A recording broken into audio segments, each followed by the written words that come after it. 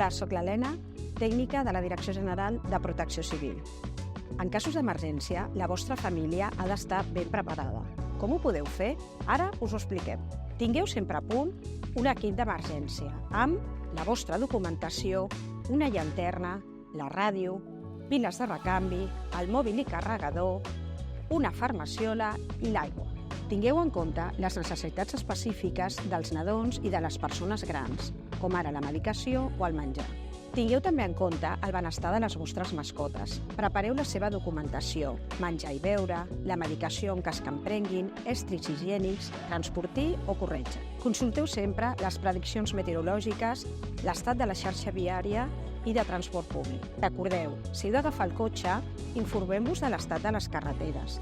Planifiqueu el trajecte, equipeu-vos i conduïu amb prudència. I com sempre, en cas d'emergència, truqueu al 112.